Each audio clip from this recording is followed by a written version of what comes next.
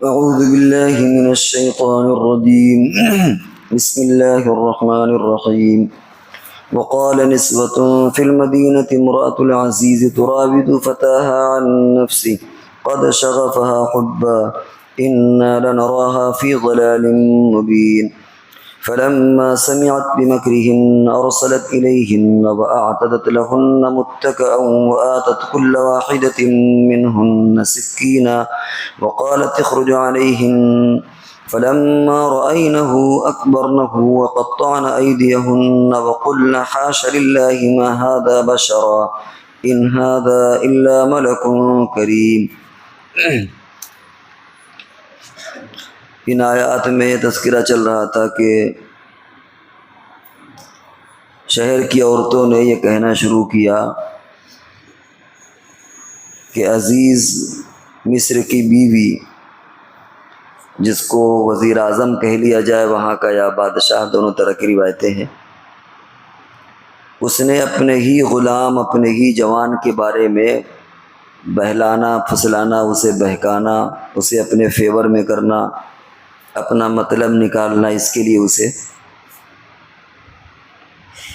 بہکایا، ان کو پھسلانے کی کوشش کی، اور اس کے دل کے اندر محبت پیوست ہو گئی، فریفتہ ہو گئی وہ، اور ہم اسے کھلم کھلا صریح غلطی پر دیکھتے ہیں کہ اسے ایسا نہیں کرنا چاہیے۔ یہاں ایک اشکال یہ ہوتا ہے کہ یہ لوگوں کو بتایا کس نے؟ کیونکہ جہاں کا واقعہ وہاں صرف 3 ہی لوگ تھے، یا تو یوسف علیہ السلام تھے، اور یا زلیخا تھی، اور یا اس کا شوہر تھا، باقی اور کوئی لوگ تو تھے نہیں وہاں۔ گواہی دینے والا وہ بچہ تھا، وہ تو پھیلائے گا نہیں کسی سے، وہ تو کرامت کے طور پر، معجزے کے طور پر یوسف علیہ السلام کی اس نے تکلم کر لیا، ایسا نہیں کہ پھر وہ برابر باقاعدہ بات کرتا رہا۔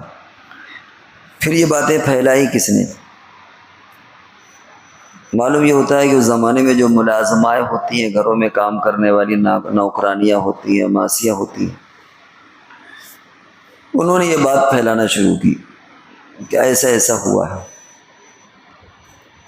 اس لیے عام طور سے جو اپنے پرسنل میٹر ہوتے ہیں، گھریلو معاملات ہوتے ہیں، بہت سارے لوگوں کے یہاں جہاں نوکرانیاں لگی ہوتی ہیں، وہ ان کے سامنے وہ باتیں بیان کرتے ہیں، بلکہ بسا اوقات میاں بیوی کی جو مخصوص باتیں ہوتی ہیں، پرائیویٹ باتیں ہوتی ہیں، وہ بھی ان کے سامنے بیان کر دیا، اور وہ کام کی طرف تو ان کے توجہ کم ہوتے ہیں، لیکن ان باتوں کی طرف ان کے کان کھڑے رہتے ہیں، وہ سنتی رہتی ہیں، اور بعد میں پھر وہ پورے معاشرے میں، پورے علاقے میں اور ہر جگہ اس بات کو ادھر سے ادھر، ادھر سے ادھر کر کے پھیلا دیتی ہیں۔ بہت سی جگہوں پر گھروں میں جھگڑے کی بنیاد ہی یہ کام کرنے والی ہوتی ہے، ادھر کی ادھر لگائی، ادھر کی ادھر لگائی، میاں بیوی میں لگایا، بیوی کی بات شوہر سے، شوہر کی بات بیوی سے، اور اس طرح کبھی کبھی یہ عورتیں گھروں میں بھی جھگڑے کروا دیتی ہیں، من مٹاؤ کروا دیتی ہیں۔ بعض لوگوں نے ایک کہاوت کہی ہے کہ کسی شریف گھر میں، شریف انسان کے پاس یہ کام کرنے والی ماسیاں ٹکتی نہیں ہیں، اور اگر یہ بہت شریف ہوتی ہیں تو جو گھر کے ذمہ دار ہوتے ہیں وہ کبھی کبھی ان کو بگاڑ دیتے ہیں۔ تو ان کا بھی ایک دائرہ کار ہونا چاہیے، ایک پرائیویسی ہونا چاہیے کہ آدمی کون سی بات ان کے سامنے کرے، کون سی بات نہ کرے۔ بہت مرتبہ ایسا ہوتا ہے کہ چونکہ بار بار آنا جانا لگا رہتا ہے، تو وہ کچھ چیزوں کو اچک لیتی ہیں اپنے مطلب کی، اور پھر وہ ادھر سے ادھر، ادھر سے ادھر لگائی کرتی ہیں، اور گھروں میں جھگڑے پیدا ہو جاتے ہیں۔ میاں بیوی میں جھگڑے کروا دیتی ہیں، بھائی بھائی میں کروا دیں، ننند بھاوج میں کروا دیں، دیورانی جٹھانی میں جھگڑے کروا دیں۔ چنانچہ یوسف علیہ السلام تو ظاہر بات ہے کیوں دوسروں سے بیان کریں گے کہ ایسا ایسا میرے ساتھ واقعہ پیش آیا، اور وہ جو اس عورت کا شوہر تھا وہ کیوں بیان کرے گا؟ وہ تو اپنی رسوائی کرانا ہے کہ میری بیوی نے ایسا ایسا کیا، وہ کیوں بیان کرے گا؟ اور زلیخا کا تو واقعہ ہی ہے، وہ چاہے جتنی جیسی بھی رہی ہو، لیکن کوئی آدمی بہرحال یہ تو کوشش کرتے ہی کہ میری یہ غلطی لوگوں میں ظاہر نہ ہو، لیکن بہرحال وہ ظاہر ہوئی اور چرچے میں وہ بات آئی۔ چنانچہ لوگوں نے ان عورتوں نے کہنا شروع کیا کہ بھائی اس عورت نے ایسا ایسا اپنے غلام کو بہکایا پھسلایا، اس کے محبت اور اس کے عشق میں فریفتہ ہے، اور ہم اسے اس غلطی پر دیکھتے ہیں۔ تو اس سے یہ چیزیں معلوم ہوتی ہیں کہ ہم اپنے گھروں کے اندر بھی ایک کس طریقے سے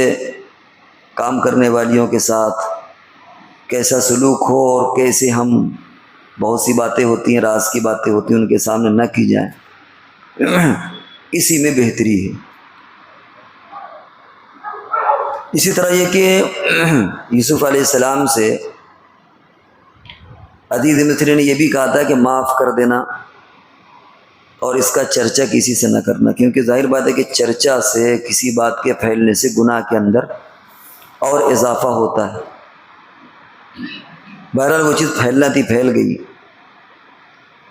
ایک اور عجیب و غریب بات یہاں پر یہ بھی آتی ہے کہ جب انسان کے اندر ایمان نہیں ہوتا تو یا اللہ کا ڈر نہیں ہوتا، تو کبھی کبھی ایسا ہوتا ہے کہ جو چیز شرمندگی کا باعث ہوتی ہے اس سے وہ اور ڈھیٹ بن جاتا ہے۔ بہت سے لوگ ایسے ہوتے ہیں کہ اگر ان کی کمی، ان کا گناہ لوگوں کو معلوم ہو جائے تو بجائے یہ کہ وہ اور شرمندہ ہوں، وہ اور ڈھیٹ ہو جاتے ہیں کہ اب کیا، اب تو راز کھل گیا، اب تو ہم کو فلانے نے پیتے کھاتے دیکھ لیا، ایسا کام کرتے دیکھ لیا، تو وہ اور اس پر جری ہو جاتا ہے۔ یہ ایمان کے خلاف چیز ہے۔ اگر بندے کے اندر اللہ کا ڈر ہو، آخرت کا ڈر ہو، تو وہ ایسی غلطی کبھی نہیں کرے گا، اس کے اندر شرمندگی پیدا ہو۔ لیکن جب اللہ سے دوری ہوتی ہے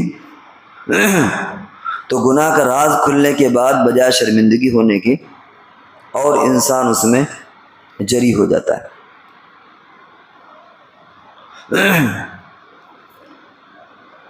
فلما سمعت بمکرہن، جب اس زلیخا نے یہ سنا کہ ارے پورے محلے میں کیا، پورے علاقے میں ہماری اس بات کا چرچا ہو رہا ہے، ارسلت الیہن، تو اس نے عورتوں کو بلا بھیجا۔ یہی وہ بات کہ اس میں شرمندگی کا جو مظاہرہ ہونا چاہیے، اس میں اس اور ڈھٹائی کا اس نے مظاہرہ کیا، عورتوں کو اس نے بلایا۔